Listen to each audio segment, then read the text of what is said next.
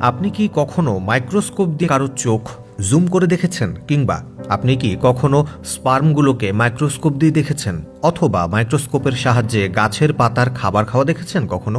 এমন অনেক তথ্য দিয়ে সাজানো হয়েছে আজকের ভিডিও। প্রথমেই রয়েছে চক। চক অর্থাৎ ব্ল্যাকবোর্ডে লেখার চক।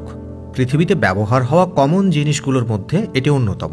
তবে ব্ল্যাকবোর্ড ইউজ করার পাশাপাশি এর আরও নানা রকম কাজ রয়েছে, কিন্তু আপনারা যখন সেই চকগুলোকে মাইক্রোস্কোপ দিয়ে দেখবেন তখন সেগুলোকে আর চক মনে হবে না, দেখে মনে হবে বড় বড় পাথরের উপর বিভিন্ন ডিজাইনের খোদাই করা আছে।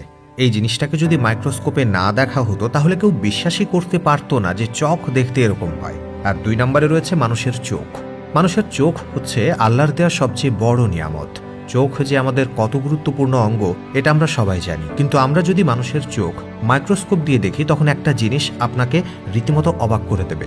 চোখগুলোকে মাইক্রোস্কোপে দেখার পর আপনার মনে হবে আপনি মহাকাশে জুম করে দেখছেন।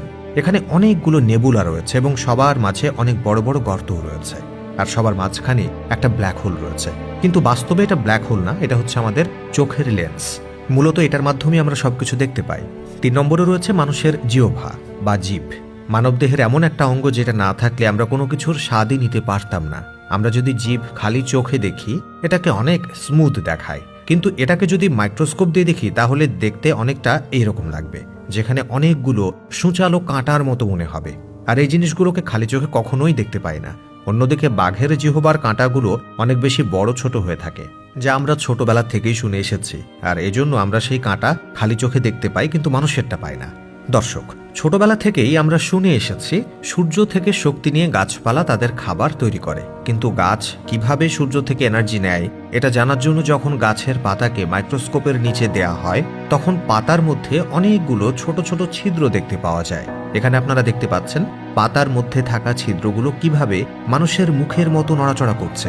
এই ছিদ্রগুলোর মাধ্যমে সূর্যের এনার্জি গাছের মধ্যে যায় আর গাছ তাদের খাবার তৈরি করে। এবারে মানুষের স্পার্ম অর্থাৎ শুক্রাণু। মানুষের শুক্রাণুর ব্যাপারে জানেন না এমন মানুষ তো খুব কমই আছেন, কেননা ছোটবেলার টেক্সট বইতে এই বিষয় অন্তর্ভুক্ত থাকে, যা সম্পর্কে জানা কিংবা সচেতনতার প্রয়োজন রয়েছে। যাই হোক, নর্মাল স্পার্মগুলোকে দেখতে অনেকটা শ্যাম্পুর মতো দেখা যায়, কিন্তু এসবগুলোকে মাইক্রোস্কোপের নিচে দেখলে কেমন লাগবে এই জিনিসটা কখনো চিন্তা করেছেন? এই লোকটি যখন তার স্পার্মগুলোকে মাইক্রোস্কোপের নিচে রেখে জুম করে দেখে তখন এগুলোকে দেখতে অনেকটা এরকম লাগছিল। এর মধ্যে অনেকগুলো ছোট ছোট স্পার্ম সেল রয়েছে যা এদিক সেদিক নড়াচড়া করে, আর সেখানে কিছু অ্যাবনর্মাল স্পার্মও রয়েছে যেগুলো সাধারণের চেয়ে অনেক বেশি দুর্বল মনে হচ্ছে।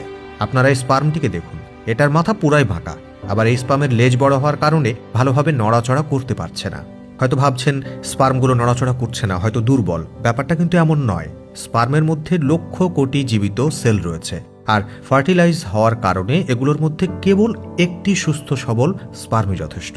কারণ স্পার্মের মধ্যে এরকম লক্ষ লক্ষ অ্যাবনর্মাল স্পার্ম থাকে, কিন্তু বেবি হওয়ার জন্য ওই স্পার্মটি ডিম্বাণু পর্যন্ত যেতে পারে, যেটা কিনা সবচেয়ে বেশি সুস্থ সবল, নড়াচড়া করতে পারে এবং শক্তিশালী।